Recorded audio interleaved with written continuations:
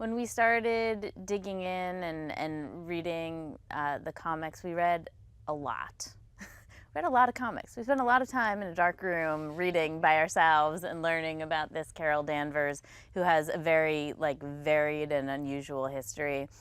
But we sparked to the Kelly Sue DeConnick iteration of the character. That was when she took on the mantle of Captain Marvel, and I think a lot of fans, a lot of Captain Marvel fans, really sparked to that character and her voice. And it was also very much what Kevin and Jonathan Schwartz were talking about in terms of the character that they were excited to dig into. We were aware that Marvel had been making some bold hiring decisions before us. So we knew that Taika was doing the Thor movie and Ryan Coogler was going to do Black Panther.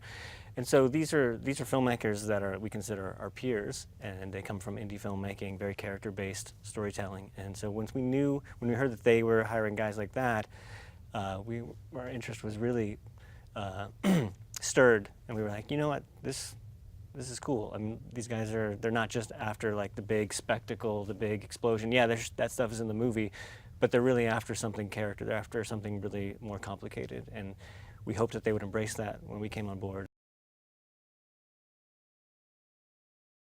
The narrative of this movie is very much about somebody who goes on a journey of discovery, self-discovery. She learned that she's not who she thought she was. She learns that, you know, the war that she was fighting is not what she thought. She learns about all the different people around her, and that the world is just a much more complicated place than she had originally thought. And the characters who we have in the movie are on that journey too. And so our audience's expectations are kind of thwarted. The people who you meet as the good guys, it's not that black and white. And the people who you meet as the bad guys, it's not that black and white. And we feel like these movies, you know, the ones that we've seen in the MCU are at their best when they make you feel empathy for people who you thought were bad. And make you see the complicated, messy sides of people who you thought were good. And we really wanted to embrace that in this movie. I mean, one of the things that drew us to the character for sure was the fact that she was a really powerful, really interesting, really unique and independent female character. And we are so excited to, you know, be telling this story about somebody who's not just powerful, but also really complicated and really interesting and really human. It's not just a feminist movie, it's also a humanist movie.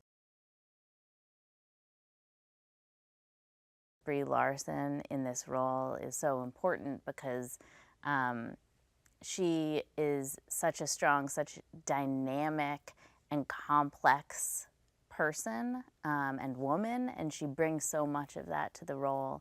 And it was such a joy to be able to work with her to imagine and develop and create a character who was just about as dynamic as any character, you know, we've ever written or ever seen kind of evolve on screen in any of our movies, and to kind of go on that journey with her and create Captain Marvel, and just think about her as somebody who's very specific and very unique, and she doesn't have to be every woman, but she does kind of capture something about what it means to be a woman, what it means to be a powerful woman, and ultimately what it means to be human.